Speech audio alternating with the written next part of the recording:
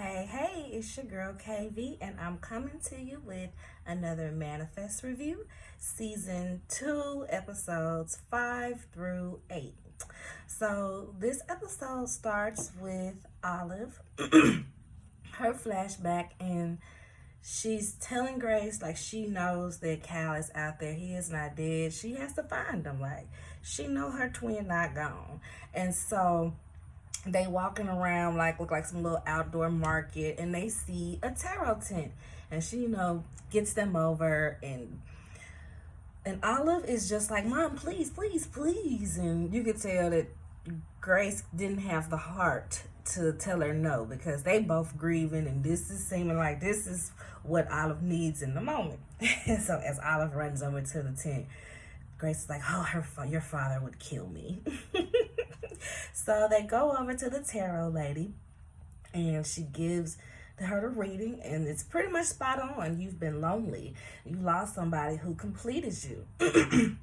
And it goes to present day, and Olive is at the church, and she is Isaiah, the creepy little guy, Isaiah, comes in, and he's like, oh no, we gotta order some more cups. She's like, oh, I've been did that. He's like, oh great, you're so wonderful, yada yada yada, what will we do without you? And as this is going on, the church gets vandalized. So they both kind of sitting there in the panic. Isaiah goes out to fight him off, to get him on up out of here, and gets beat up. Olive tries to call Adrian, no answer, pulls the fire alarm, and runs. She just, trying to get out of there. So Mick and Zeke are together. They in the house, and he's in the bathroom. He sees her bottle of pills that she had, and he's just kind of like, oh, Jesus, those look like they can be good.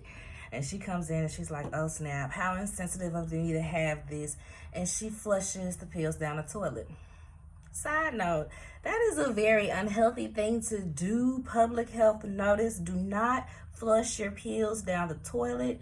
If anything, just peel your information off or scratch it off with a Sharpie, and just discard it in the bottle that it comes in. Please don't put those crazy chemicals into the water line that might seep into water you drink, might seep into the earth, might seep into water the animals drink. Just don't do it. So anyway, she flushes the pills, and then they just kind of go on to make out, and then they do because they're a couple now, like I said. So next we get Ben and TJ. They're in the office, and they're examining the pocket watch that they got from Logan Strickland. They're looking at the peacock, trying to figure out, what's symbolic about this, what they need to know about this pocket watch. And as this is happening, Professor Double Agent comes in and tells them, oh, did you guys hear about the church? Turn on the news. They turn on the news, and they see about the vandalism. So they kind of have a moment of being like, Adrian, he's so full of crap. He's out here leading people to either praise us or be afraid of us, and we don't need neither. We need to lay low. Like, we don't need all this smoke that he's giving. So as they're, looking at this article, looking at the news story about it, Ben gets this calling, save her, save her. And we flip to Olive. Olive is talking to Adrian, telling her what she saw about the robbery. It was 4 guys. I'm so terribly sorry about what happened to Isaiah. I wish I could have did more, but could you please leave me out of the police report? I don't need my parents knowing that I was at the church. They don't too much approve of this, so, leave me out of that, please. So he's like, okay, cool, no problem, but you need to tell them what's happening. Like, bring them to the light, essentially. But it's like, no, boy, no. So next we see that Julio Jared is at that daggone bar again. And, the brother is giving him a hard time. Like, you around here a lot talking to my sister. You getting breakfast and stuff. Breakfast is for regulars. Like, what's good? And he kind of give him like a little, you want to ride in my car? I can get one of my squad, coworkers to, bring a squad car out. Like, don't play with me, basically. I'm a cop still. Going on somewhere with that bull. So next we get Michaela and her partner, I think her name is Drea, something like that. So Michaela and her partner get to the church, checking out the vandalism crime.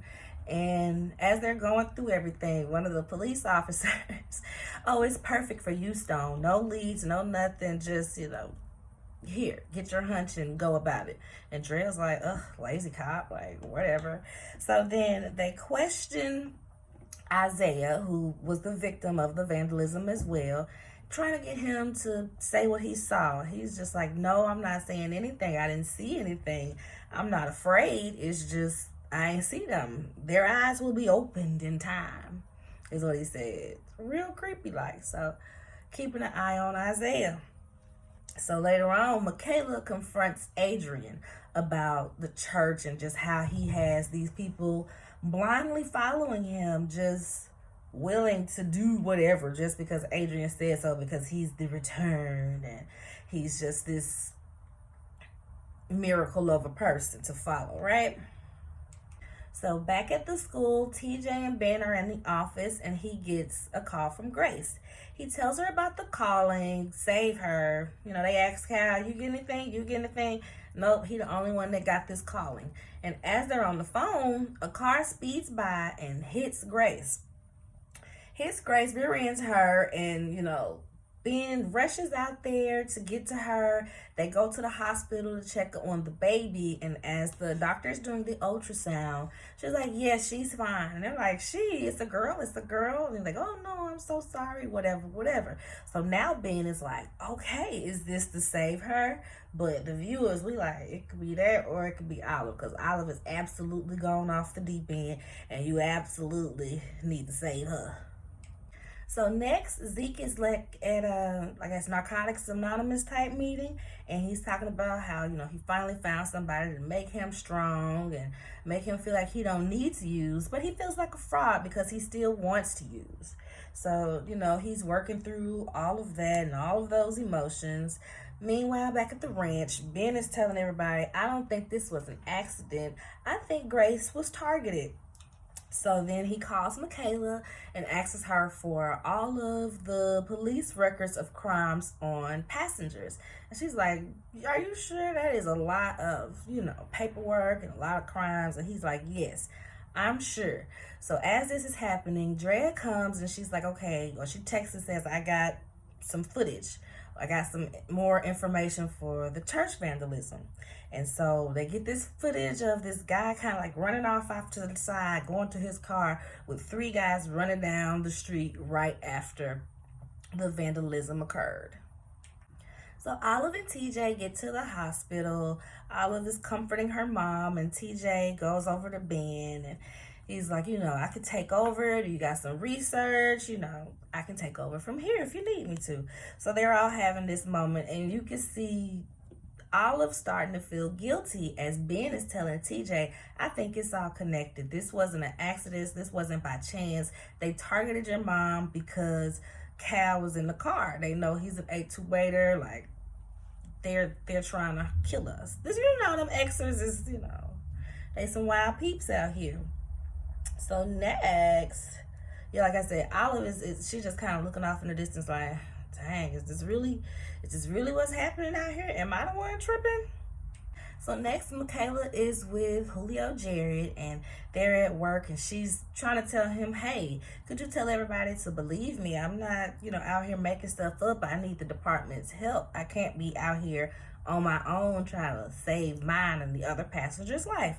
He's just like, girl, calm down. The Xers are just a bunch of heavy mouth breathers.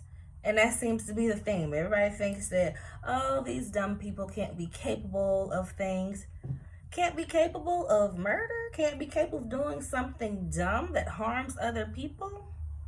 Dumb people do dumb things every day. So, like, the fact that they think that just because these people ain't that smart, they ain't capable of murdering. No, that means they're very much capable of murdering. So, here we are. So, like I said, Drea, she got the information. Well, she got the video of the perps running down the street. So they call in the guy who they see had ran to his car because they was able to zoom in on his license plate. So he comes in and they're questioning him. This is the black guy, by the way.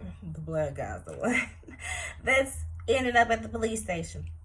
So they're questioning him, and he's just like, I don't know what they was doing. I just ran out the way. I ain't got nothing to do with that church. I ain't did nothing to that church. And they like, boy, we ain't saying nothing about no church. What is you talking about? What are you talking about? So Michaela gets up and goes over to Black Lady Boss, who's watching this through the, one-way mirror.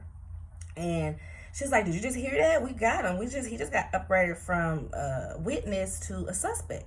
And Black Lady Cop, it saddens me because I wanted to be fully behind Black Lady Cop, but we knew that wasn't gonna be able to happen. So Black Lady Cop is just like, how you figure? He just, defending himself. You bringing him in for question, he gonna defend himself. That's not, nothing to upgrade him to a suspect.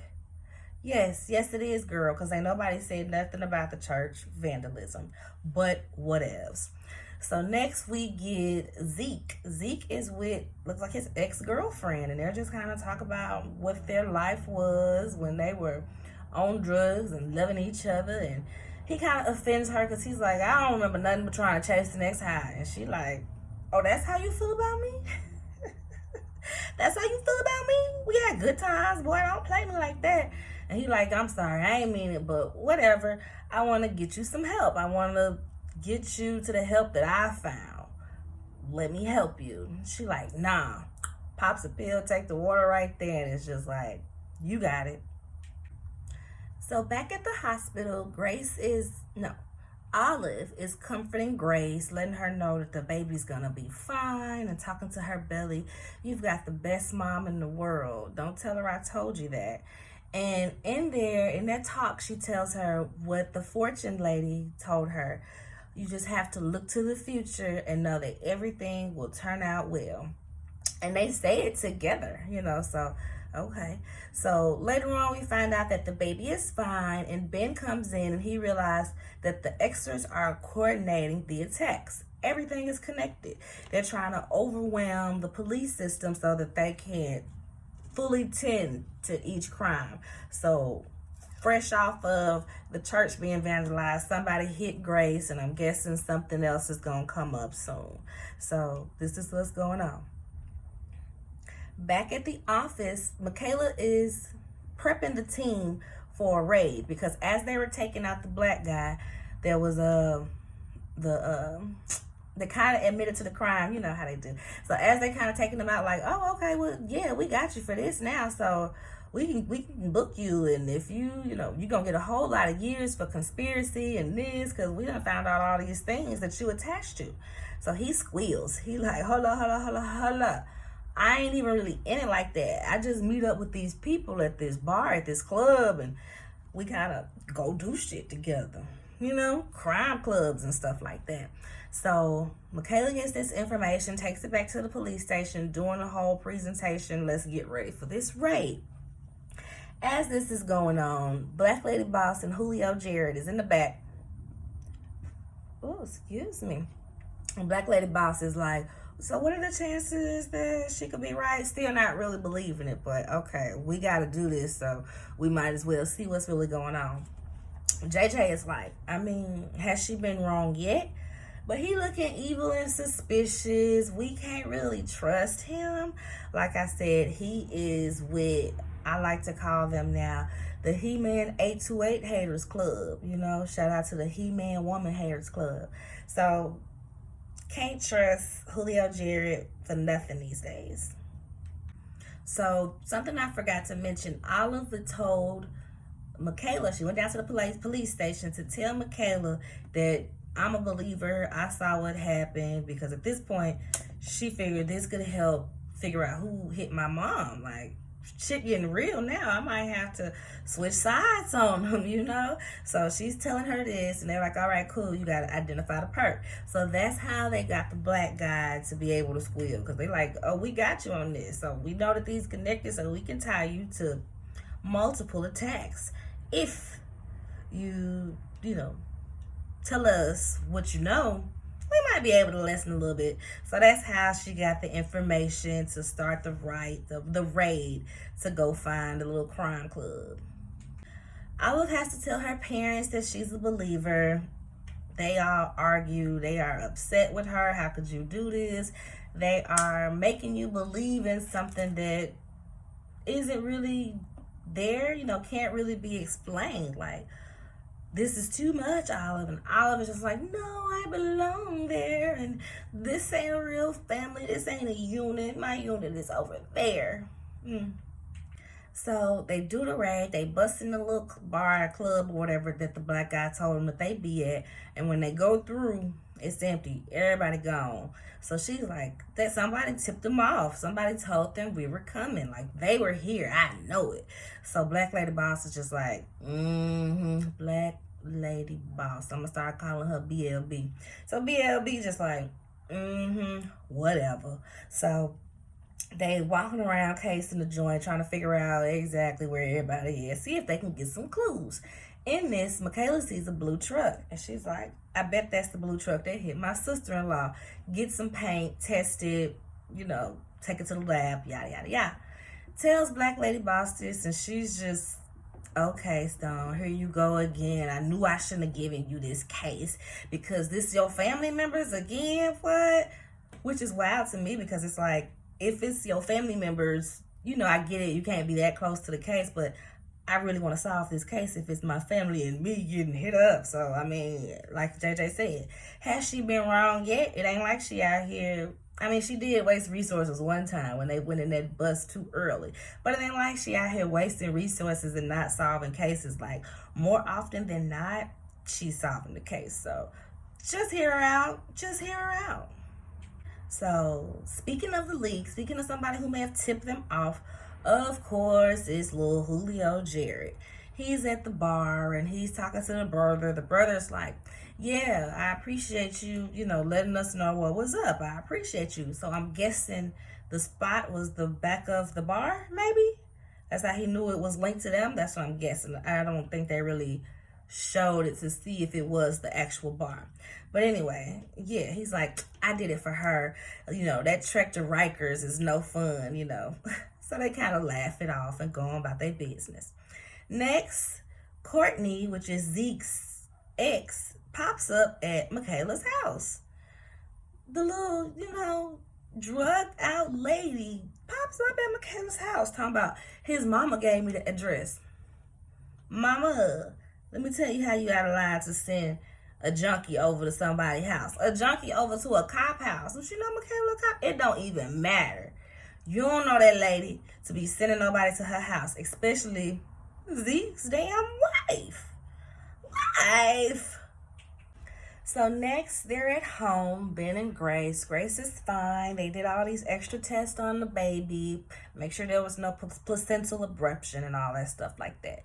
So they're back at the house, and he's, back down in the lab with his little serial killer board, a reverse serial killer board, trying to figure out what's going on. Got the pocket watch.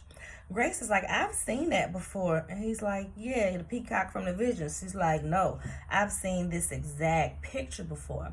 And they're in, I guess it's the garage, because she goes to one of the shelves and starts digging through one of the boxes. And she's like, me and Olive stumbled upon this tarot lady one day. And I was too deep in my grief to tell her no, because she really wanted to do it. And so we sat down to get a reading. She gave us this card, and the card was literally the exact picture. The peacock with the little pyramid on it with the star at the top. So she's excited about this. She feels like, oh, this is us on the way to finding out what's happened, because when the tarot lady gave it to Olive, she told her, we have to look to the future and know that everything will be well. And it's just been Olive's thing ever since. It's like a mantra for her. Like, this is a sign. We're going to beat this thing. Benny's like, okay. He's trying to have a good face with his wife, but he's not so convinced yet. He's still scared. He's the one that's going to die if something happens. So he's a little more nervous than Grace might be. She's a little more hopeful because she needs her family there. So they finish this conversation, and he's just kind of walking around, straightening stuff up, and he gets the "save me, save her" calling as he's going through some stuff, and he sees the church pamphlet for Adrian's church. So he is like, okay, so this is what I need to save her from. Bet. So, so in this closing scene, we see, I think his name is Billy, the girl at the bar, her brother. Billy is taking Julio Jared over to, meet my friend or whatever. Takes him to a car, opens up the door. It's the creepy Professor Double Agent. So this is interesting. So how we got to figure out that backstory on how they got together. I guess high level crime have to have the low level crime people to actually carry out their plans. So I guess it makes sense. So next we're back at the church. We see Adrian giving out his sermon or whatever, and the victim Isaiah is in the back, just looking creepy as ever. So definitely have to keep an eye on him. So at the closing scene, we see somebody in a hoodie come up to the church and roughs up Adrian. It's Ben. Stay away from my daughter. Stay away from Olive. Episode ends. So episode 6 starts with Zeke's flashback to when he was on drugs and when he was with Courtney, and just them being wild and impulsive. So they was wake up, do some drugs, and she had like the little fortune teller thing, like, what should we do today? And then they do it, and it's like, get married. And she busts out laughing, and she's like, I'm just kidding. It says go to the movies. But he just kind of sitting there looking like, huh. So it was, kind of talked about, but we don't know if they actually got married at this point. So next they flash to present day, where Courtney is at the NA meeting with him. And she's talking about how, life was wild and crazy, and now he found somebody. And, he found somebody, and now he wants to help her. So she's appreciative. She's just gonna go with it, see what's up, basically. And now we get to Michaela, where she's talking to, who's she talking to? She's talking to somebody, and I guess it's her brother. She's talking to Ben about, you still letting Courtney stay here? Yeah, because Ben had brought over all this stuff, air mattress, little kitchen stuff, Grace purging. So she's trying to get rid of all this stuff. They send it over to Michaela. So he like, you really finna go through it? This how long you gonna let this wife stay on your couch? And she like, man, listen. He dealt with my drama all the way down to Rikers. It's, fooling around with Julio Jared. So if a crackhead on my couch for a few days, oh well, I'm going to see this through. So we get back to Julio Jared, and he gets with the He-Man 828 Haters Club haircut. He in there with Tamara, I guess the lady name is. He in there with Tamara, like they together at this point. He be sleeping over, they went and not had dinner on their first date. So he be over there like that. And she gave him the little, little racist haircut, and he likes it. He likes it. So next, TJ and Olive are together. They're getting ready to go to the church. When Olive gets there, Adrian's like, girl, you can't come in here. Your daddy said you can't come in here. I ain't got time for his problems. Go on about your way now. Sorry, not sorry. So the creep / the victim of the vandalism, he kind of off in the cut, kind of just looking creepy. And Ben has a plane flashback of him trying to save Sanvi. So he's home or whatever, talking to Grace, and she tells him that somebody contact her trying to do an article about the baby, about the 828 baby. And he's like, dang, how did they find out? How did people find out? They probably saw him coming and going from the hospital because they got all these consistent visits. So, it is what it is. Next, we see that Sanvi is in the lab, passed out. Ben gets there, like he said, he saw the vision to save Sanvi. He gets there, banging on the door, calls her. Michaela gets there, flashes her badge. I need this door open. Open the door, Sanvi on the floor. So Ben scolds her, like, girl, what you doing? You still doing your research on yourself? Or, cut this out. And she's like, well, you weren't trying to save me in the vision. You know, you didn't see the little boy? He's like, nah, what little boy? So they got to figure out this little boy. So TJ and Olive got a little field trip. They going back to try to find the tarot lady. They're like, it's been 3 years. She might not be there, but hey, what else we gonna do? We gotta go figure something out. So they go, and when they get there, there's this little person lady in her spot. Clearly not the black lady with the fro that she's used to seeing. But, you know, she points to the tip jar and is like, all right, I'll help you figure out the tarot card. They give her the tarot card, and she's like, oh, this belongs to the Alzaraz deck, and da-da-da-da. She tries to look it up on Amazon, on eBay, and she's like, we can't find it. We can't find it. Why is it out there? She's like, oh, no, girl. This has been out of print for quite some time. But I can tell you where, you know, a place I know that has antique things. Points to the tip jar again. TJ puts the money in. She writes it on down. They go, they buy the deck, more investigating to do. So next they, you know, kind of realize, okay, well, who is in the seat that is the boy, you know, as they're having this conversation. He's like, well, that's the seat that Finn such and such was in. And Sanvi's like, oh, you remember the chart by memory? He's like, of course I did. She's all impressed. They always have their little flirt moments. I told y'all, they need to be the couple right there. Them the peeps right there that we need to see. Anyway, they go interview Finn and find out that he had a one-night stand out there. And as they're there, they see a picture on his mantelpiece, and they're like, that's the kid, that's the kid. He's like, that's no way, that's me as a kid. So essentially, they go investigate the lady who he had the one-night stand with, and they see the kid that lines up with the age that could be along with 2 other children. And it's a black lady, and she's just kind of like, nah, y'all gotta get away from here. Come to find out, this lady married. This lady married and had cheated on her husband on that one-night stand with Finn, and that man think that baby his. Her husband think that baby his. So there's that. Michaela gets home, and her place is trash. She goes in like, who did this? Who did this? Zeke and Courtney come out the restroom. He's like, the same people that did this to her.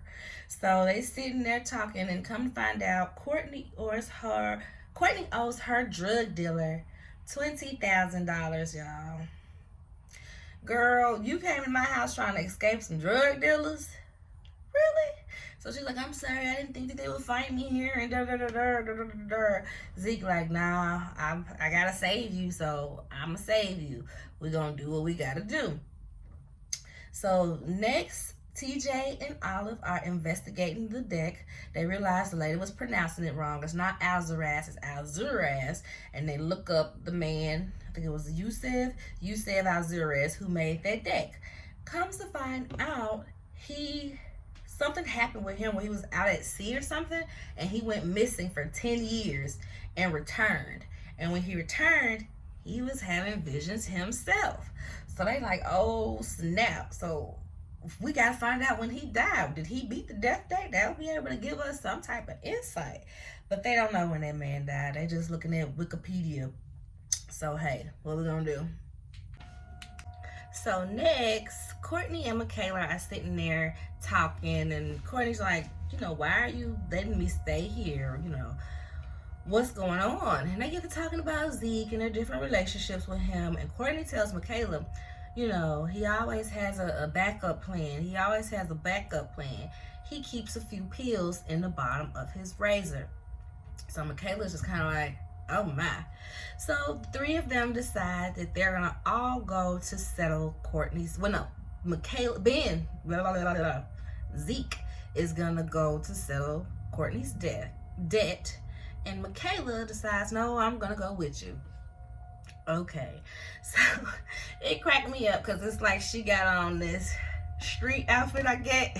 And it's like a little denim skirt, a little tank top, and a little hat pulled down. It just cracks me up how white people, this is a be cool outfit. Be cool outfit. So they go, they're trying to negotiate the prices. Zeke is like, don't worry about her. You give me the drugs. You know I'm good for it. I'll sell it, give this money to you, pay off her debt, and we all be fine. The guy is like, I mean, I guess, but I know you cool, but I don't know your little lady friend here, so she gonna have to shoot up. if y'all want me to give y'all these drugs. I don't know her. I don't trust her. She's sitting there looking concerned for a minute, and then, they just kind of have this argument. She did a good little diversion tactic right here. She starts this argument about, like, I told you we shouldn't have came to this guy. We should have went to the other guy. He's like, nah, man, da-da-da-da. And she's like, oh, so Courtney's more fun than me? Courtney would have did it? And da-da-da-da. And he was like, well, she was, a hell of a lot better of a time than you. Michaela slaps him. It's this whole little ordeal. And the dude's like, whoa, whoa, whoa, whoa. I don't have time for all of this in my establishment. I got illegal shit in here. Y'all don't need to be bringing no attention here. Get your drugs and get out. So as they're leaving, one of the guys is like, I recognize you, to Michaela. And everybody's just kind of standing there like, huh? He's like, you're an A2-8er. And so at first I'm like, whew, okay, that's, bad, but not as bad. And the cop, oh, no. So they realize she a cop and, shootout damn near, but they kind of get the tussling. Drea comes in, NYPD, everybody down type deal. She comes, saves the day, everybody gets on about their way. So on the other side of town, Orlena, the lady that Finn had the one night stand with, is allowing him to meet Theo, the son. And she's like, look, this is just a one-time thing. We can't make this a regular. He has his dad. We have our family. I am not trying to disrupt that. And he's like, but what if I just send him toys? I could just be a friend. I could just send money or gifts. And she's like, no, I don't need any of that. And she's just kind of, Savi is like, I don't understand. This wouldn't be what the calling is for. And then she asks, is his eyes always been brown? And Mom's like, yeah, he has my eyes. And she's like, in the vision, they were yellow. And as they're looking at the boy, he's running around, boop, trips, falls. And so Savi's looking like, how long has he been like this? Has he been sleepy lately? How long has he been disoriented? And Orlena is like, how did you know? And Savi's like, I think he got a liver disease. He's showing signs of liver disease, especially with the eye thing. So, boom, they got to take Theo off to the hospital. So we're at the hospital. Savi is checking out Theo, and indeed he has a liver disease. They need to get him on the list for a transplant, but that could be weeks. So the obvious answer is, let's ask Finn. Orlena's like, I can't do that. I just told him he can't be a part of his life. What I look like asking him to save his life now. So she's like, you might not have to ask. And up walks, who was that? Up walks Finn with one of the siblings, can't remember. Up walks Finn, and he's like, I'm a match. And he's ready and willing to give him a piece of his liver. Because you can live with just part of your liver. People, section some off and give healthy liver to people all the time. So he's like, hey, it's nothing. I said I wanted to give my son something. This will be the best way to do that.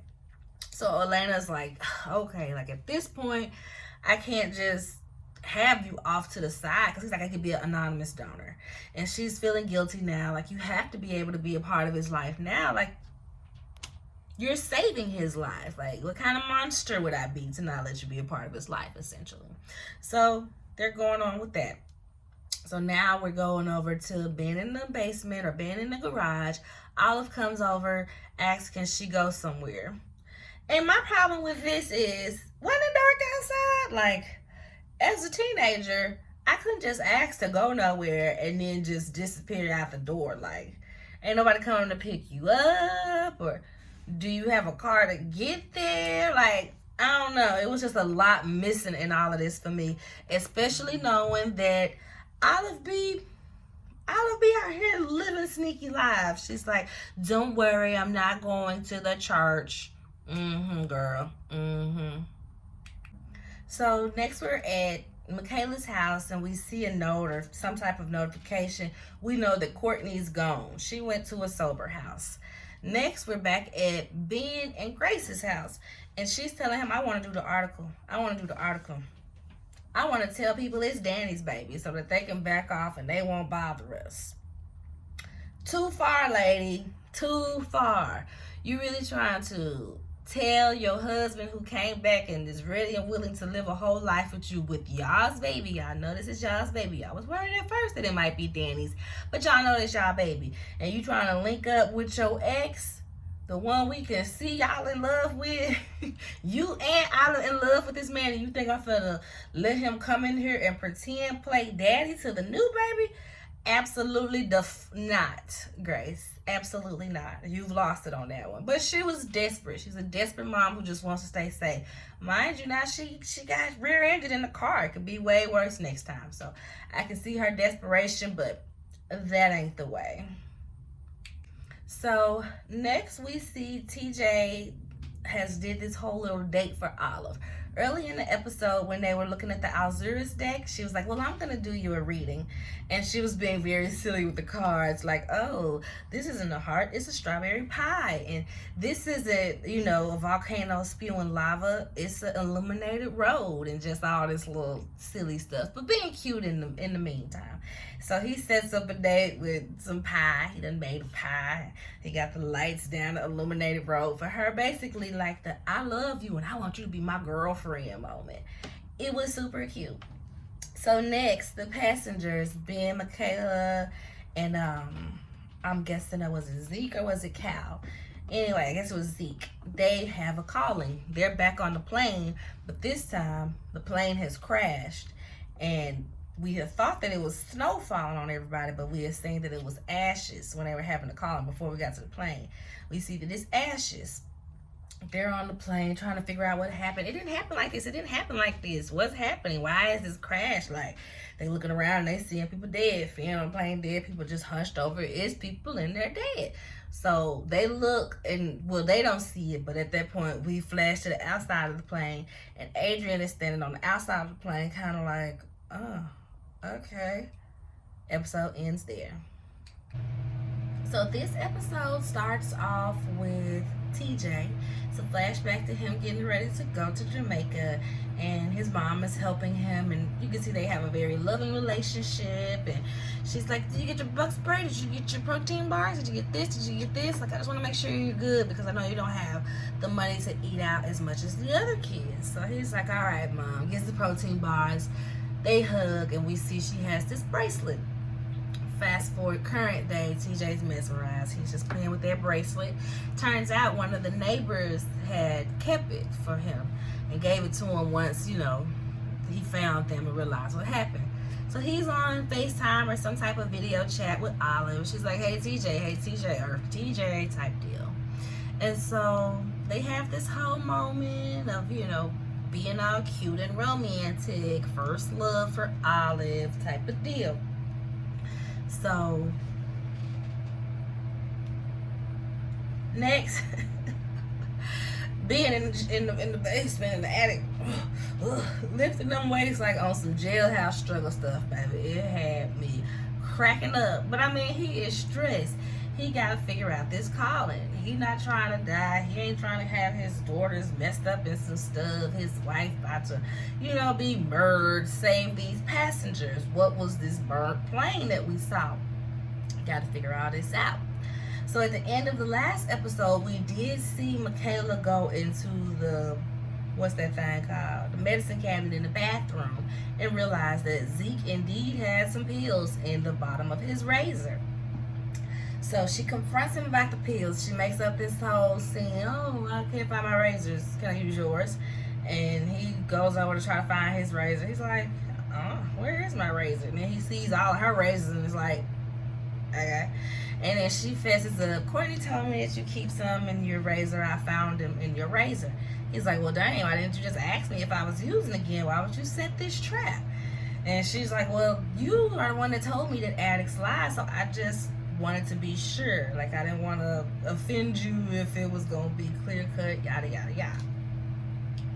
So next, Cal comes in the kitchen and he's ready to go to his friend's birthday party, Coney Island. He's like, yeah, I'm going to do this, I'm going to do that. They're like, you ain't asked us? He said, because I didn't feel like going through all that. I knew y'all was going to say no. I ain't got time for that. They're like, we your parents. We say no. Olive comes down. He's like, they're not letting me go. I knew it. Cal is pissed. He storms off. What's the point in having 5 more years to live if I can't even have fun?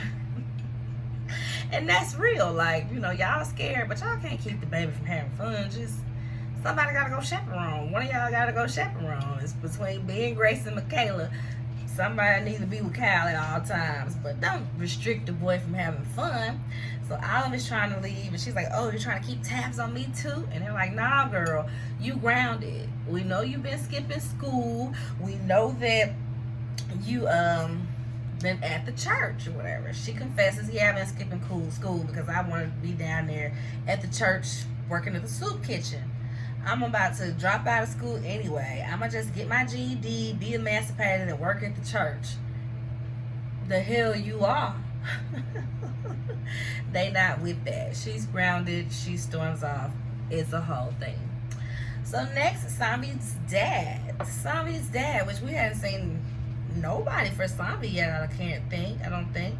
So we see Sambi's dad, and he brings her dinner. "You missed last Sunday's dinner." She's like, "Oh, I've lost track of time, huh?" Just trying to cover up.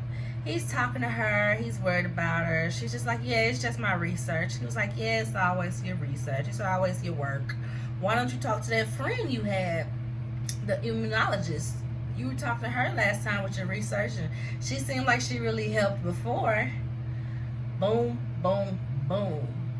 I knew Alex was a woman. It was something about them not saying he and it just being Alex. And Sambi don't quite strike me as somebody who would intentionally be another woman. So I didn't quite see her dating a man who was married. So I was wondering how she stumbled upon a relationship.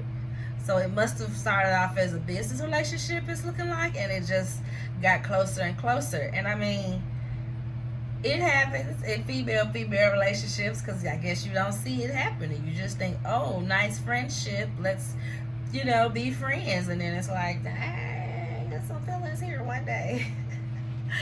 So this must be the marriage that she broke up, that she didn't intend to break up. So Ben goes to the church to confront Adrian, one about Olive, letting her come up there, and two about ignoring the callings. Like, we have a duty to tend to these callings. Just because you up here in the pulpit at the church don't mean you're doing your duty. Like Michaela said, you're doing this for a money grab. You're not passionate about this. This is just a way to fund your lifestyle. And they told Olive that too. Like, everybody don't have good intentions. Some people exploit situations for personal gain, little girl. She ain't quite getting that concept just yet. So as Ben is confronting Adrian, we see the creep, the one that got beat up by the Xers, Isaiah, I think. Isaiah. We see Isaiah off in the back just listening, just looking real creepy. We can't tell if he knows something or he up to something, but something is something over there. That man, he just don't be looking right. Not in the face, not in the hair. He's kind of always disheveled, just looking suspicious and a little off. My bad, y'all. I'm just not realizing I still had that fan on, so I'm sure that was probably a little annoying to listen to, but y'all will be all right. In the meantime, y'all see my shirt? The block is hot. If y'all know what it is, if you know, you know. The Blow CC. Issa, insecure forever in our hearts. So next we get Michaela and Julio at the office. She gets the last little bit of coffee. He's sitting there like, "Dang, I want some coffee." They share the olive branch, and he's trying to, they share the coffee. He tries to offer it as an olive branch. Fake. Just fake. So she's telling him how she feels like the Xers they're after them. That's who the people are.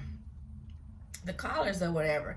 And so he act like he gonna help her, but we know he not gonna help her. We know he on the opposite team.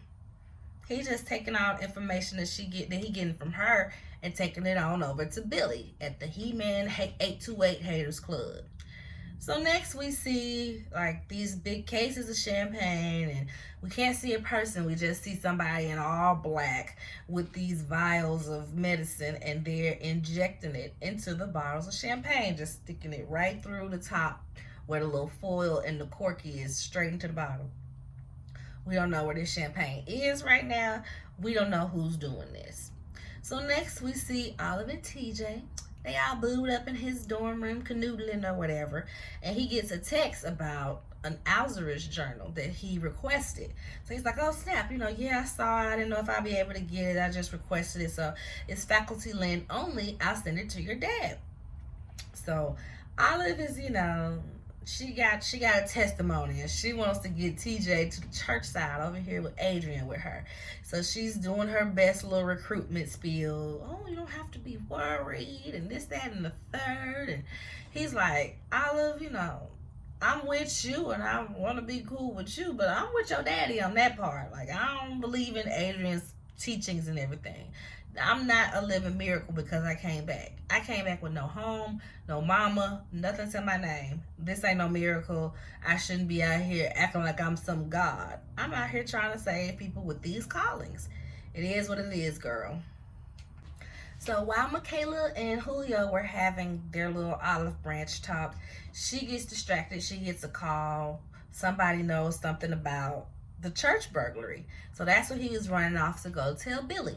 So come to find out, it's Isaiah. He wants to give information, but he can't be at the church. He came up to the station. He got to go to work. He like, meet me at my job.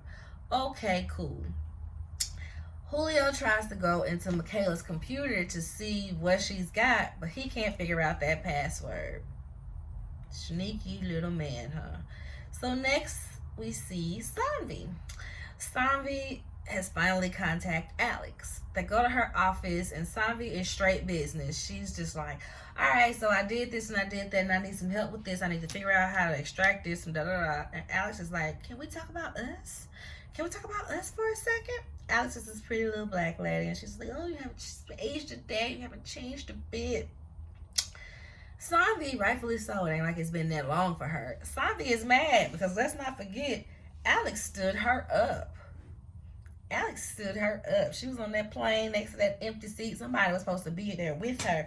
And remember, she got that I'm sorry text message as soon as the flight was about to take off. So she's still mad. She only called this girl for professional help. She could care less about talking about the past.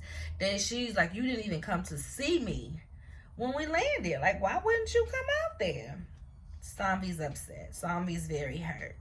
So they get through all of that, and she's, still over it. The lady's like, well, I didn't want to blow up my marriage for a fling. You said yourself it's all work. You weren't really concerned about the feelings. So Sanvi grabs a pen and a notepad and hands it to her and starts talking about the research. And I'm not concerned about the love now. Whatever.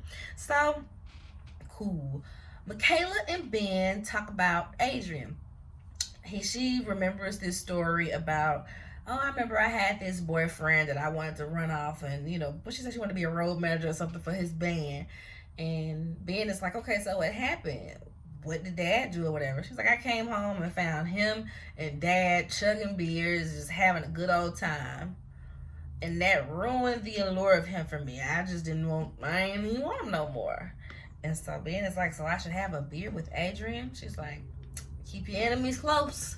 So we see where he's texting Adrian. We started off on the wrong foot. Let's start over.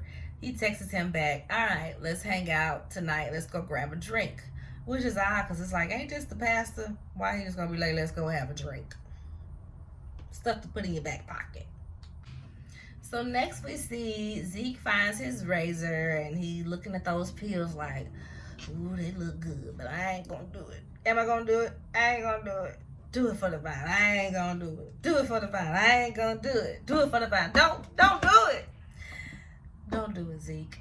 So next we see Grace. She's looking for Kyle. Where is he? Where is he? And in the midst of looking for him, he's like hiding behind a bed or something like that. And she gets this calling. Everybody kind of has this vision. Grace, Kyle, and Zeke. Zeke is there. He's sitting there with the pills. He drops the razor, drops the pills, zooms out. They're in a club. They hear this music and everything. And then Zeke and Grace are like, what's going on? Why are you here? And Kyle is behind the bed / counter. Save the passengers. It's happening now. Save the passengers. So next we flip to Olive and TJ. They had made plans to go see one of the girls that is involved with the church. She's at some party. Now come to find out, it's a whole bar. It's a club. And the homegirl, that's why I'm like, what is the age limit for them to be having free champagne, but I guess the friend might be a little older. She might be old enough to actually get in because she snuck TJ and Olive in through the back door. So next we see Michaela is at that same bar. Michaela is at that same bar because that's where Isaiah had told her to meet. That's where he worked at, and he trying to get his little statement off about the church vandalism. So they're there. Next, we see that that's where the champagne bottles are. This is the poison champagne that's being served. And he offers her a glass of champagne. She's like, no, I'm on duty.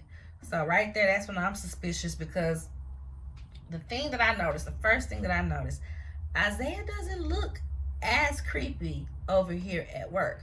At the bar, he got to be a little more clean cut. The hair is a little neater. The clothes aren't as disheveled. You know, he looks a little more regular over there. So immediately I'm like, You're like, yeah, it's free champagne. Now I got to go get some more champagne and have a drink. Oh, yeah, you can't have a drink. All right, I'll be right back. Right.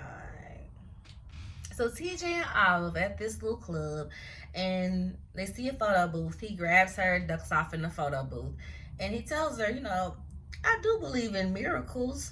I'm, so happy working with your dad. He's been really great for me, and time with you is wonderfully spent, and I believe in miracles, just not the type that Adrian be talking about. Then he gives Olive the bracelet that was his mom's, and she gives him some bracelet back as well. And they do a little series of cute little pictures in this photo booth. So next we see that Ben is at the bar. That's where Adrian told him to meet him. So everybody's kind of at this bar, huh? And so he sees Adrian's like, hey, Adrian's like, get off me. First you assault me, now you harassing me. Go away. He's like, you text me to come here. He's like, I ain't text you. And so he goes, I didn't know I was going to be here till an hour ago. So Ben is looking like, okay, well, who texted me then? Like, what's going on? And then we see the bottles of champagne. Somebody's poisoning more and more bottles of champagne. And we see this device sitting up on the counter. At the time, we don't know what it is. Is it a bomb? Is it this? Is it that? We don't know. So next, we back at the precinct where Julio Jarrett is going to, I guess, the tech guy, or the guy that's in charge of all the files, to get Michaela's cases. He wants all of those printed out. When he gets there, the guy is listening to some sports stuff. You can tell he's doing something he ain't supposed to be doing at work.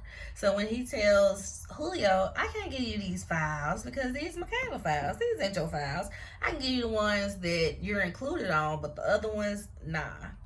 And so he's like, oh, you sure? Because I'm sure that you betting at work is a no-no, So if I tell on you, I'm sure that they swipe your computer and see you've been deleting your history, and that's very much a fireable offense, huh? So the guy, oh, okay, well, yeah, let me get you these files, honey. Yeah, we ain't gonna do all that. Here you go. It ain't even that deep. So next we see that Sanvi is testing on herself again with Alex Tweaks. And she's talking to her recorder, retesting using the stuff that Alex said, but I'm not hopeful. Girl, the nerve. She helped you last time, so why wouldn't she help you this time? Talking about you not hopeful. Just rude. So anyway, we see that Finn is at the bar too. Ben bumps into him and he's like, hey, watch it. And they see this each other have this whole moment. Then Ben is like, hold up, save the passengers. All the passengers are here. They zoom out. They see that Bethany is there. Michaela sees Bethany, and then they see all these other passengers that we haven't seen or talked about really. Just, we see them kind of look at the people in the crowd, and it flashes to a picture on the board. Looking at people in the crowd, flash the pictures on the board 3 or 4 times. So they're like, okay. So next, Julio is about to go to Billy, about to go be up to some mess. And in the midst of that, Grace calls him, and she's worried about Michaela because of this calling. And so his attention is completely, on that now. Because he act like he hate Michaela, but he don't want nothing to happen to her. He still got some love for that girl, regardless of everything that done happened. So he's like, text me the address. and he's off to go see what's going on. So next, they're all standing there. Michaela, Ben, everybody, they're standing in the club, and they're realizing Isaiah lured us all here. This is a scheme set up by Todd to come with us with the bull. It was a scheme, y'all. So they sitting here trying to figure out what's going on. They have a flashback to the plane. And so this is the burnt up scene or whatever, all the ashes and everything, plane out, top just completely burnt off, people in the seats dead, and they see the champagne bottles on the ground in the plane. So that's when they realize, oh snap, don't drink the champagne, don't drink the champagne. And as they say that, people start dropping. Well, actually before that, they confirmed that Adrian knew, because Adrian had walked on the plane in that vision. They saw him there. So Ben is upset. He jacks him up. You see that? You saw it. You were on the plane. You knew. And Adrian's like, he don't know what to do. He don't know what to say. You can see he's feeling the regret. So that's when the people started dropping. Everybody doop, doop, doop. And everybody's like, what the freak? Why are people dropping? Don't drink the champagne. Don't drink the champagne. He's slapping glasses out of people's face. Looking like, what is wrong? What is wrong? Seeing all these people dropping, people start freaking out. Michaela tries to call for backup and realizes that she has no signal. So that device that we saw with the anonymous person in there poisoning the champagne, it was a cell phone blocker. And here's a sidebar. It took me back to college days, y'all. At Spelman, we would have convocation Tuesday and Thursday. Sometimes convocation would be interesting. It'd be some type of celebrity to talk about. Phone died, but I'm back. Okay, so sometimes it would be an interesting convocation. Sometimes it would just be a boring ass lecture. And they would have those cell phone blockers up, and we'd be trying to text, or we'd be trying to scroll, Twitter or something to keep our attention, baby. We could not use them phones. They had them things blocked. So that scene was a slight bit triggering because it totally took me back to those Sister Chapel days. So next we see Sambi in the lab, and she collapses. She tries to call Ben, but she can't get through to him because, like we said, Isaiah's got those cell phone blockers over in the club, so nobody's got a signal. So instead of getting the calling like everybody else with the plane, we see Sambi kind of has a reversal of all of her calling. So we see the rewind of the stone lady with the wet feet, of what was the guy that came out the door? Thomas in the hospital. We see all of her visions, even the plane blowing up. All of them rewind. She closed her eyes. We can't tell if she's dead or if she's coming back too. So next, we're sitting there. This is when they're in the club. They're in the club, and Ben tells Adrian, you need to go find Isaiah. You need to go stop this. Adrian runs after Ben. He's trying to go save the people, and he's like, I'm trying to tell you, Olive's here. I saw Olive here too.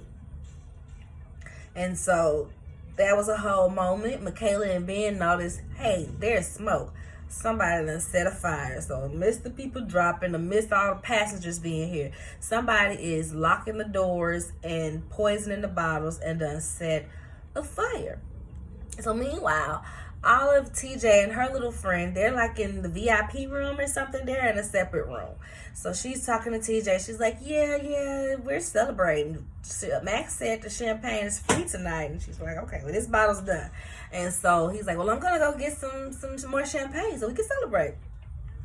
He goes to get the champagne.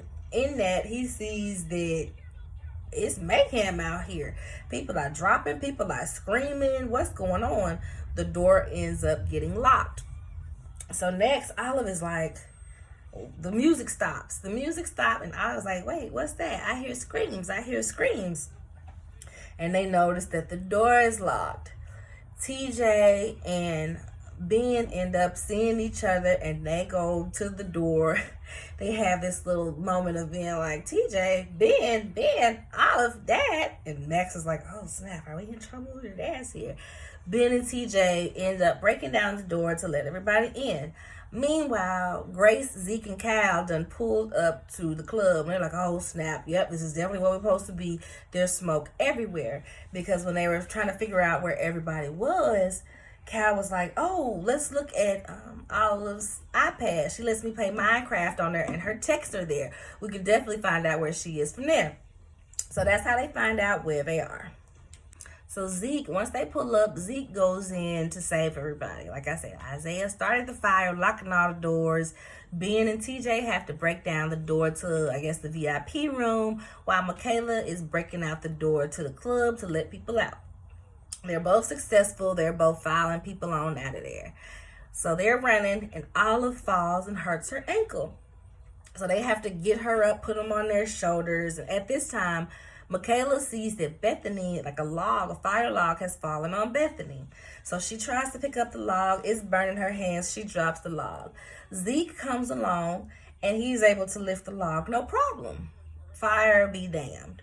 So they get Bethany, and they start heading out. And Michaela's like, what is this? It's supposed to be a door here. She sees Julio Jared and came in there, cop gotta save the day. Go this way. Let's go this way. So they make it out. Flashback over to TJ, Olive, and Ben. They're making their way out, and Isaiah grabs freaking Olive, y'all. Grabs Olive, knife to her throat. Basically like, nah, y'all gotta stay in the church so we can show them it's a miracle. We gonna survive this. And they like, nah, bro, we not gonna survive this. Like, what's your problem? He's like, but Olive, we believe. Olive, we believe. Crazy. So TJ waits for a vulnerable moment, goes in, attacks him. They get to tussling. Ben is able to grab Olive. Ben, you can see him contemplating like, oh God, I gotta get TJ. Oh God, how are we gonna do this? TJ's like, get Olive out of here. Get her out of here. Save yourself. Save my girl. They gotta save their main girl. So Ben is like, I'm gonna come back for you.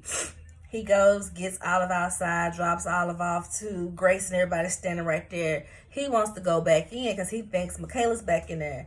And he sees Michaela. They kind of have this moment. I was like, but TJ's in there. Somebody got to go get TJ.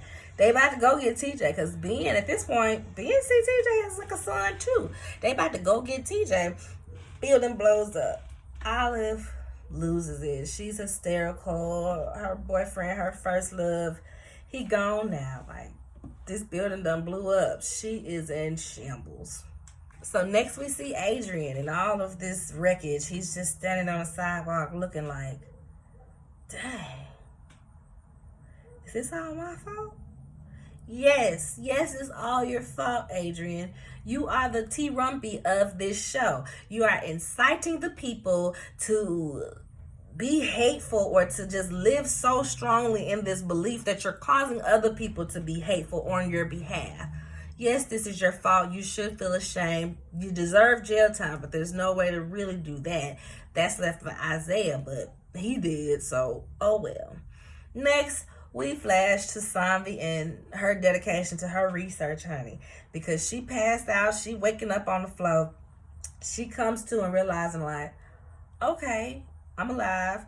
Gets up, immediately swabs her cheek, rubs it on the little slide, puts it on the microscope to see what's going on. She sees that her DNA no longer has that anomaly. She doesn't have that marker that indicated the ischemic stroke / the callings.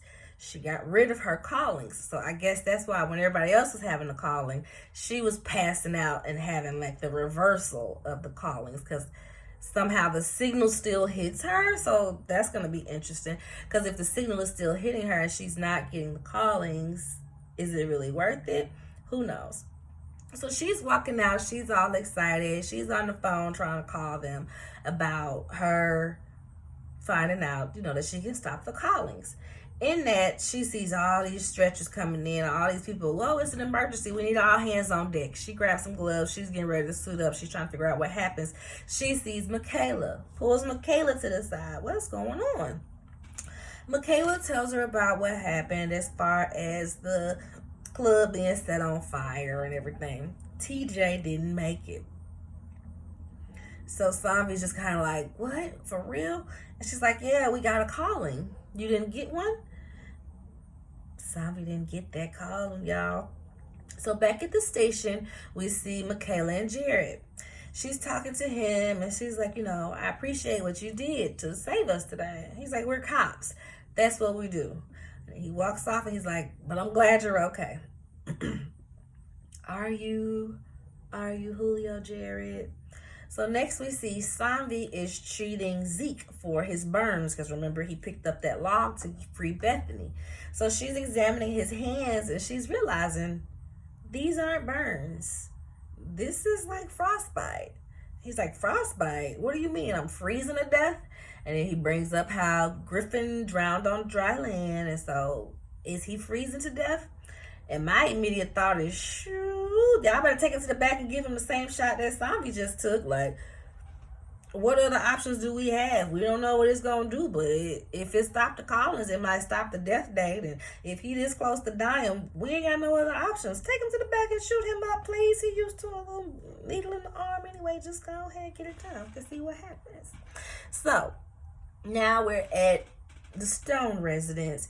And Olive is in the bed. They're trying to comfort her. And Cal just went to sleep. And Olive tells her dad, he really enjoyed working with you. He got this journal about Alzurez and he got it sent to your office. You have to go get it. You have to go get it. So, of course, he goes get it. So, in this last scene, Michaela finds out that Julio Jared had been getting the cases behind her back. The tech guy or whoever he is comes up and was like, hey, I printed these out for your partner. I ran out of paper earlier. And she's like, Drea got these? He's like, no, your other partner, Vasquez. And so she's sitting there like, eh? He's like, yeah, he asked for it for your promotion. So at this point, she knows something up. And she's just like, yeah, okay. So next, Savi goes to see Alex. She wants to tell her that the thing worked. And she tells her, and she's like, I'm happy for you. And they hug, and they just have this good, loving moment, and they just really in that hug, yo. So earlier in the episode, we had seen some pictures. I can't remember who was flashing through the pictures, whether it was Savi or Alex. But they were scrolling through their little pictures, and they were just so cute, booed up, y'all. They were so cute. So now we go to Michaela's house, and she's sitting there with Zeke. And Zeke, he's like, I'm all in. You're the one, girl. Like, yeah. And it just took me back to Evie's mom telling Michaela, you better get you a piece of love regardless of, how little time you got with it. You need to experience it. So it's giving, anticlimactic proposal, I'm guessing. That's what it was giving because he did get on one knee and it was very much giving, okay, let's get married. We ain't getting no younger. I'm about to die. Let's do it. Right?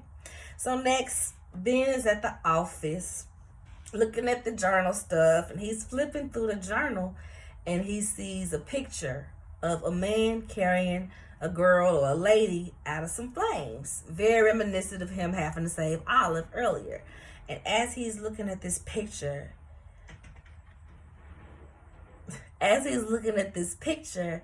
he gets this illuminated light coming from the building. Coming from the book.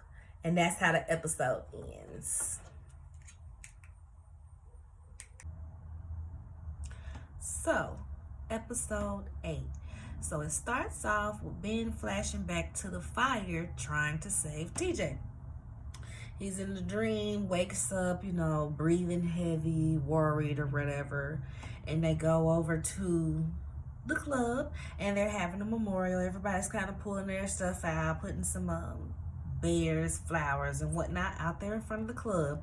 And it's still a search and rescue going on. So they're still bringing bodies. They're like, oh, we got 6 so far. Oh, we got this many people. Then they show Michaela a body. And all they say is a tall male. And she goes over, you can see the body is terribly burnt, but you can see her, the hand, you can see the hand or whatever. And she's looking at the hand. So next, let's see, what's next? Black Lady Boss is going over stuff, and Drea yeah, Drea, the partner, she's getting suspicious of Jared. So she's going over all of the stuff about what's happened with the nightclub, and they definitely think it's the Xers, or some people it's an 828. It's the 828 hate crime, basically. So Drea's in the back talking to Jared Julio, and she's like, yeah, I think the Xers are in on this, because they know that it's the believers. That's what I meant. They know that it was a ex-believer who did it. So she's asking, is it the Xers too? And Jared is just like, nah, it ain't them. They ain't in on this. She's like, you sound so sure. Yes, girl, be suspicious. Be very suspicious. I like Drea. She becoming one of my favorite characters because she on it. She's a good cop. Michaela need to stick next to her. She's a good cop. So next, we got Professor Double Agent, or Simon, as they call him on the show. He is at the house with Ben. I get that he your colleague, but dang, why people just be letting folks in their house like this? Because ain't no way. I don't know him. I don't know him. So he's just going on about like, oh yeah, they miss TJ and everybody's so sad. And Olive's on the couch and she's like, no, you lying. They thought that he was crazy. They thought that he was a freak. They don't miss him. They weren't worried about him before now. Don't come in here with all this mess, basically. So Simon is just like, okay, well, I'll get out y'all way. I'm going to just go to the bathroom first. Mind you, I said, people, why you got people all up in your house? Especially when you got serial killer boys all over the place. When you putting out the investigation trying to see what's going on. I guess that's Olive's investigation board in the hallway, because it's a small one. And he takes some pictures of that. And then it's a room. Whole time I thought that the investigation room was in the garage, but maybe that was a garage, but it ain't like a garage when he went in there. But he goes in there and he's taking pictures of the board, and they don't see none of this. They just letting this white man roam around their house. One, I'm gonna watch you go to the bathroom. If I send you to the bathroom in my house, I'm not just gonna you made it? Yeah, that door right there. I'm not finna just let you roam around my house. Especially if I got all this evidence everywhere of me and my family investigating some weird shit. And then we're supposed to be laying low. No, I'm not gonna give you access to all that. So Ben was a little annoying with that. But he was consumed with trying to be there for Olive. She's grieving the love of her life, and she needs a shoulder. So he was distracted, I suppose.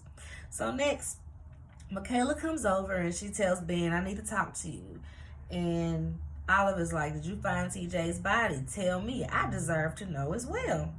And she gives Olive the bracelet, the Buddha bracelet that he had gave her.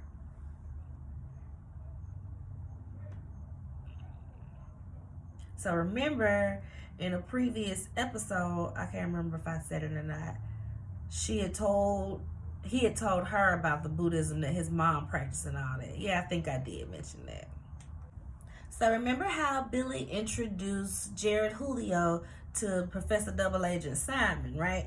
So Professor Double Agent Simon is the leader of the He-Man 828 Haters Club, and Billy and JJ is in the audience just listen intently. So they talking about their plan or whatever. Okay, yada yada yada, blah blah blah. At the end of the meeting, Jared Julio goes up to Simon and is just basically talking to him and letting him know what's going on. Yeah, I'm a cop and I've been doing this, that, and the third. Cool. Simon is like, okay, that's good now, but your boy Billy, he kind of a loose cannon. Keep an eye on him. We don't need people doing the most out here, bringing smoke to us, bringing attention to what we got going on. Like, this is a sophisticated crime group, okay? We're not some low-level punks on the street, okay? You a cop, I'm a professor. We educated out here. We can't be, fooling around with the likes of Billy and he get us caught up. Essentially, that's the conversation that's being had.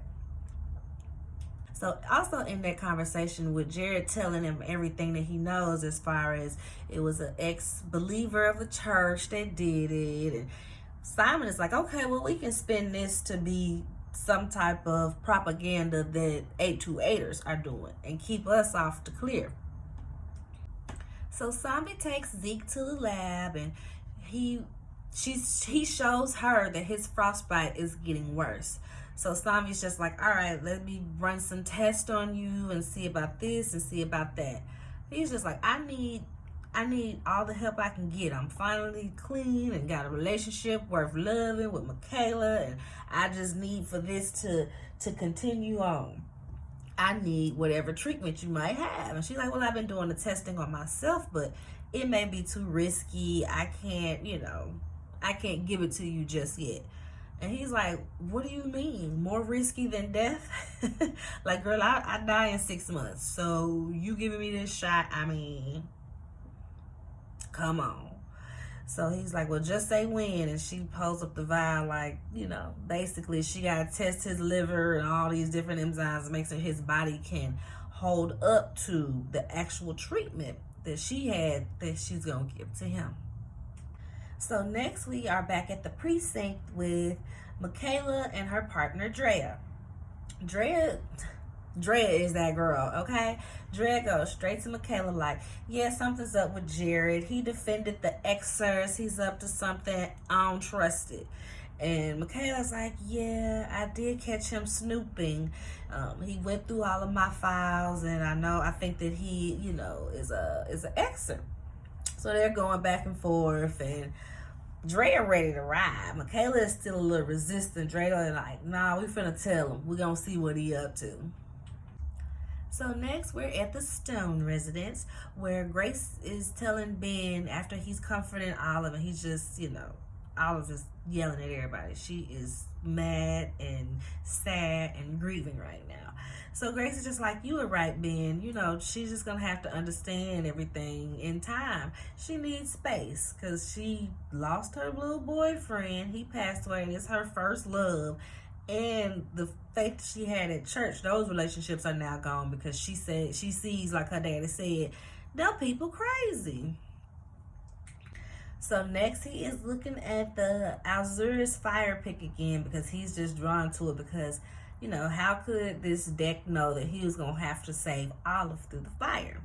And as he's looking at that picture, he hears these voices, and we recognize it as a Buddhist chant. So I'm thinking maybe they have to do some type of Buddhist memorial like TJ did for his mom for TJ. So we don't know yet. We just know he's hearing this Buddhist chant. Olive's got this Buddhist bracelet. We gonna follow this calling out. So Jared is at the bar telling Billy, oh, you need to calm down. You've been wilding a little bit. Like, chill out. Billy is pissed. He like, you getting a little too cozy. I brought you into this circle with Simon. Now y'all having secret meetings without me. You be in this bar with my sister all the time. Like, you need to chill out, basically. And he leaves. Jared leaves. And Tamara comes outside to talk to him. It's just like, you need to watch out for Billy. He's a little psycho. Girl, did you forget you talking to the police? Your brother will be shot and killed or in jail for life.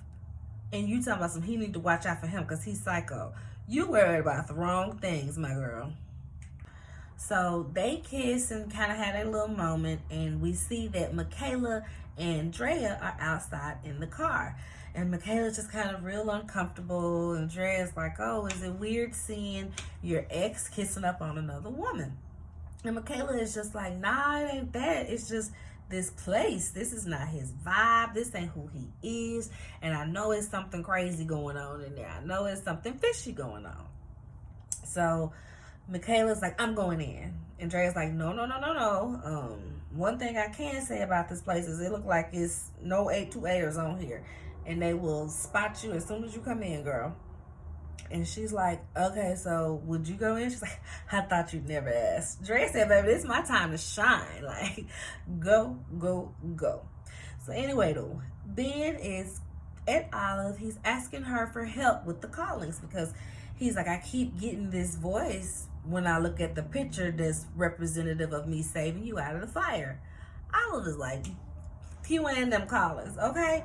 I don't have time for it. If them callings was real, they would have saved TJ. All right, get out of here with that. So being like, all right, whatever. He goes off wandering by himself to see if he can follow the champ.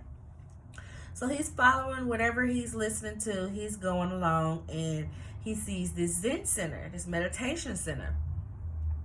So he goes in there. He's still trying to figure it out. He don't really know what to do with that, but here we go.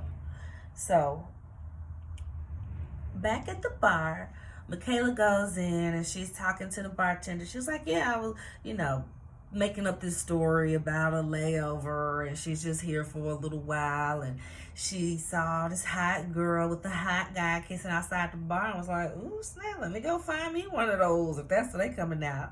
So Tamara's like, yeah, no, my boyfriend, he's not the typical guy here, so you only stuck with my brother and his bonehead friends. She's like, oh, bummer.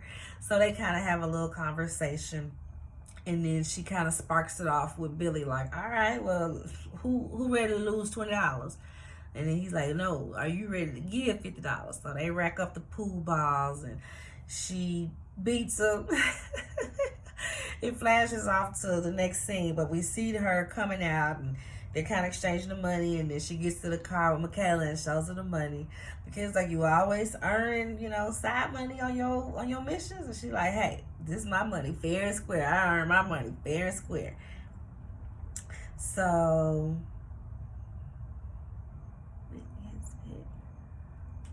when Dre comes out, baby, they don't care what's going on. Yeah, I see what Simon talking about, because the fact that she was able to walk in there and get all of this information in like an hour tops. So she like, yeah, the bartender, that's your boo new girlfriend, and I don't know if she an extra, but her brother, he definitely an extra. Jared, he extra adjacent's last extra, and they real cool, but they know all of them, and yeah, they some serious extras. Like, y'all really just let all of it, like, crazy. So Ben asks Olive if she'll go to the memorial with him to do something for TJ. Olive is like, absolutely not. Get out. So he goes along, and when he gets there, he hears the Buddhist chant again. So he follows it back to the center, and when he gets there, he follows it a little deeper, and he goes into this room where there's a gold Buddha sitting at the front of the room. And when he gets to that room, it stops. So he talks to Olive, and they start connecting the dots. He's like, yeah, I went to a Zen center. You went to a Zen center? Yeah, I went to a Zen center, the type where Buddhists are. And then she's like, yeah, my bracelet.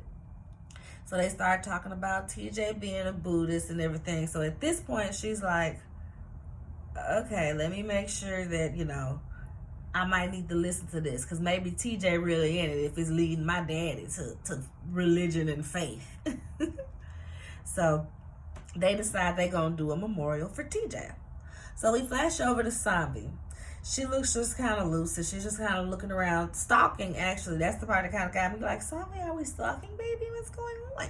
So Sambi is looking around, and we see Alex running through the park. Sambi walks up to her and just, no words, just slobs her down. And they just make it out heavy in the park in the middle of the daytime.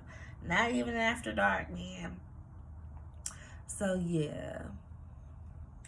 So next we get Michaela and Drea at the precinct, and they're running the pictures of everybody that they got at the bar. So, of course, Billy ends up being a hit. They see that he's a criminal, he's an extra. All we gotta do is wait 5 minutes for him to do something stupid, and we gonna go get him, right? Basically. So she's like, true. She calls her judge friend for help. We don't see exactly what she's going to get her to do, but we know this is the judge that got Zeke out of jail. So she legit, and Michaela finna call her up. So we get Ben and Olive at the Zen Center, and they're walking around trying to figure out, all right, what we finna do and how we finna do it. Olive sees some of the beads that TJ would use, and she points them out. TJ would use these, but I don't know what to do with them. So they just go sit in the temple and decide that they're going to tell stories about TJ, just how they felt about him. Ben sees just how in love Olive is. Olive is telling the story like, when I saw you in my dad's office, I wasn't going to admit it when I first saw you, but I remembered you.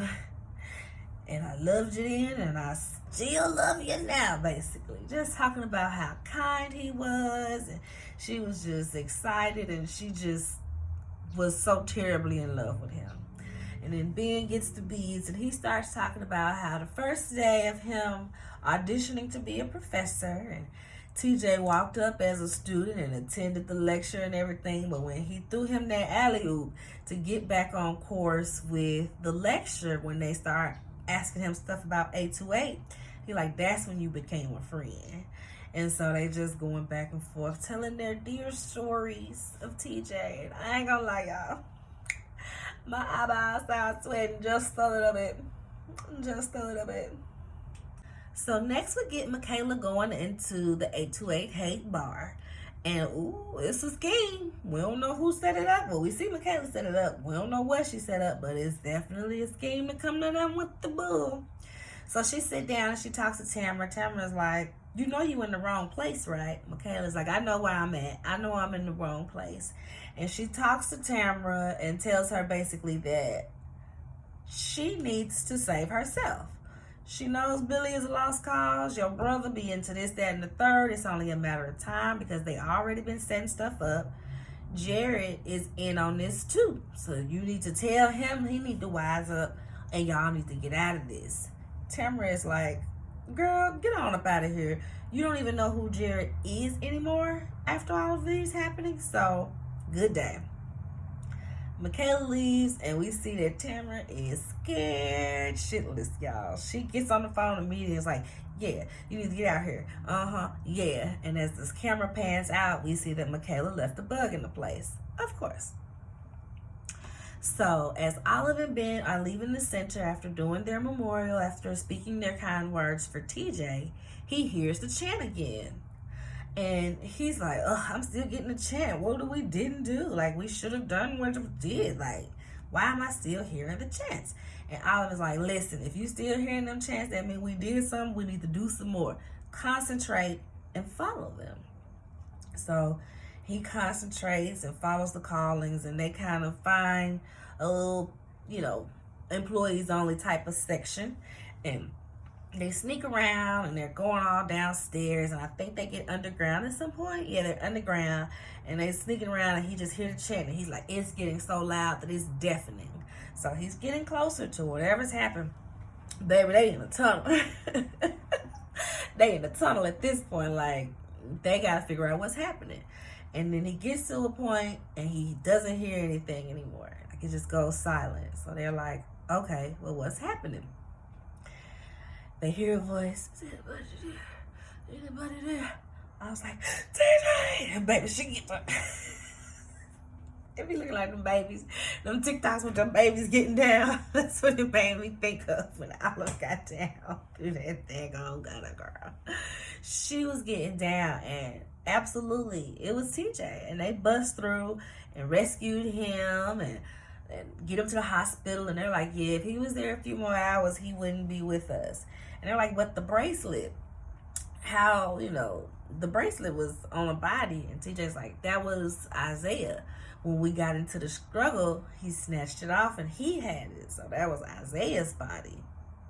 So for all of that to have happened, TJ should have been a little more beat up than that. But I guess they did say he went through a tunnel and went out. So by the time the building blew up, he wasn't quite in the building. He probably just had some bumps and bruises from the scuffle of him fighting Isaiah and him getting through to wherever the other side is that he ended up at. So, all right, makes enough sense. But my thing is, they don't do no dental records? Like, Michaela just assumed, well, you right, I'm right. Michaela does a lot of assuming, so yeah, she didn't wait on no dental records to prove that was TJ body. She just went straight to Olive and straight to Ben. Oh my gosh, we found TJ's body because of the bracelet. Classic Michaela. So we see the Professor Double Agent is looking at the pictures of the boards that he took in the Stone residence. And also, Michaela and Drea go into the Black Lady Boss office and give her the recording. They show her the recording. We'll let her hear the recording of Billy being like, you need to get Jared to do this and da-da-da this, yada-yada-yada. basically revealing himself as an exer and that he's been behind some of these things. Black Lady Boss still ain't quite convinced. She's like, you know that this ain't admissible in court, and you know, whatever. Michaela pulls out a warrant from the judge. I got a surveillance warrant. Here's the recording. Do what you need to do, sis, essentially. So, next we see Alex. Alex comes to Samvi's lab and she's like, listen, girl, what you did at the park, that can't happen no more. I am happily married. I am committed to my man. Samvi is like, what I did at the park? What you talking about? Alex like, girl, stop playing. And Samvi is like, girl, I don't remember nothing that happened to me this morning. I don't know what's going on. A mess. So maybe Zeke don't need it if people just reverting back to them old selves, because Zeke first thing gonna be to go get some drugs, so maybe he don't need this shot. Maybe he just gotta ride out his 6 months. Anywho, Michaela is talking to Zeke about how Jared Julio betrayed her, and he tells her about the frostbite. So, gonna see what's going on with the next few episodes. Hopefully I can get to y'all tomorrow or the next day to get that going. Thanks and bye.